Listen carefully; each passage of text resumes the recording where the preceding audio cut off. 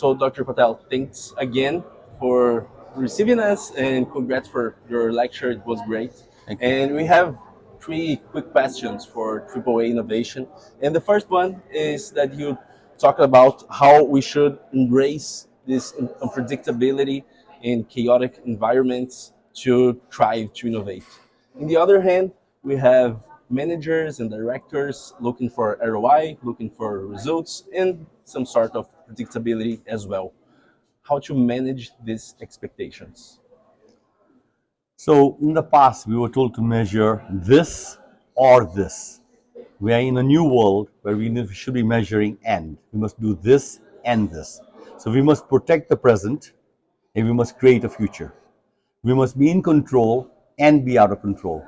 We must be able to work with our teams and teams of people outside. And this is a new skill. It's a new skill that we have to master, that somehow in your brain, you need to know what can be managed and you manage it. And what can't be managed, you manage what can't be managed also. And that's the new world we live in. Great. And also in this new world we're living at, we have four generations at the workforce. We have baby boomers, we have X, millennials. That's me. And Z and Alpha right at the corner. Okay. And what's the downsides and upsides of working with this much diversity? Actually, the diversity is a gift. If you can master how to work with all the generations, then we can collect the wisdom of the seniors, the insights of the young people of what's coming next.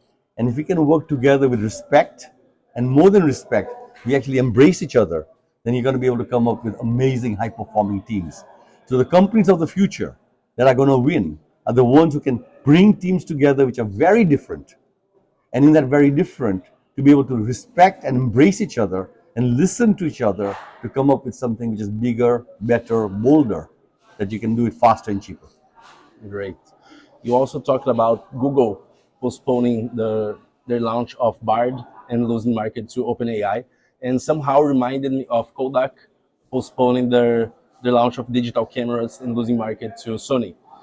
And looking backwards, it's easy to judge, of course, but I think we have some clear challenge here, which is decision making. How to have clarity and make clear decisions on this fast changing environment and so competitive markets. So I don't think the management of Kodak was dumb. I don't think they were uneducated or unsophisticated.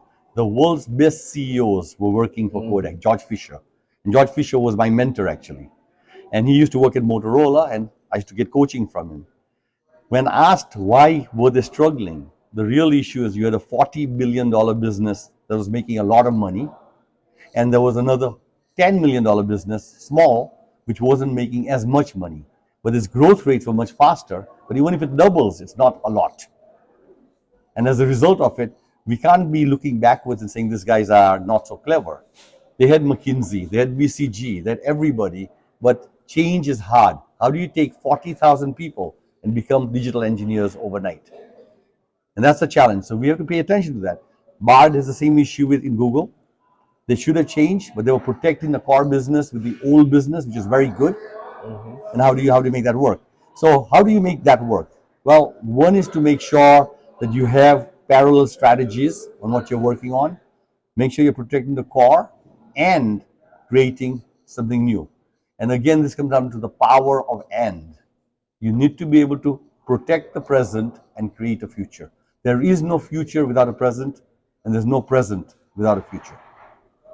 Dr. Patel, thanks a lot. It was an honor for us, and I hope we can talk again. Of course. Thank you very much. I look forward to the video.